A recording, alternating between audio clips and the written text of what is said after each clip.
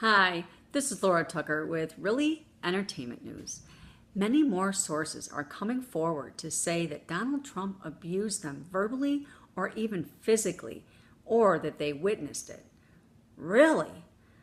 It's like we might have another Bill Cosby on our hands.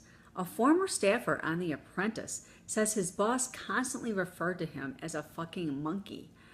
There was no racial connotation as he's white, but it caused him to eventually quit.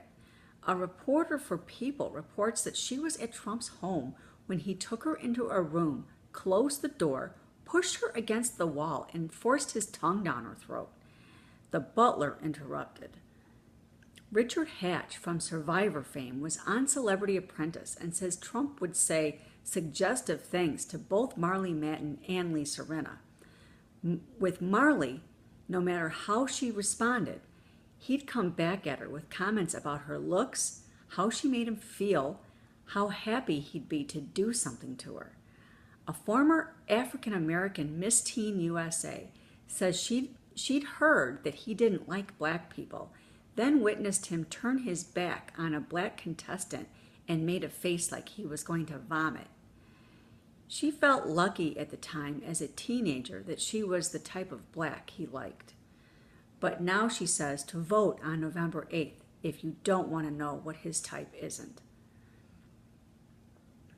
Tom Hanks says he's offended as a man over Trump's comments. Really? He says he's not offended as a husband or a father, but as a guy. He notes he was at work, not in a locker room. Yet it's not right at work, it's not right in a locker room. It's wrong, period. He also said it's like if you have a horrible, painful tooth and need a root canal. Do you go to a guy who thinks he can figure out how to do that and says just lay down?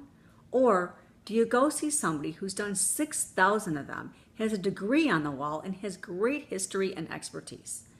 Yeah, it's frightful to think of electing someone to lead the country who has never even held public office.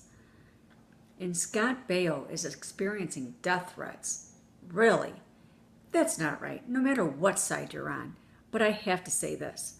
The guy he's defending has been inciting his followers to take things to violent means. He even suggested the Second Amendment people take care of Hillary. He's supporting a man who incites violence and flames the fire whenever he can.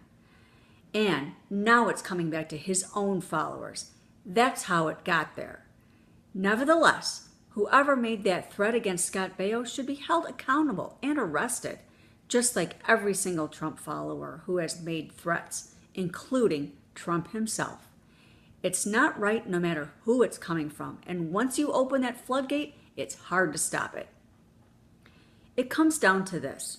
I don't want to do all Trump all the time videos, but these things need to be said. I was also going to talk about Jim Carrey again and the relationship between some of the Bachelorette contestants, but it's not as important as this. It's just not.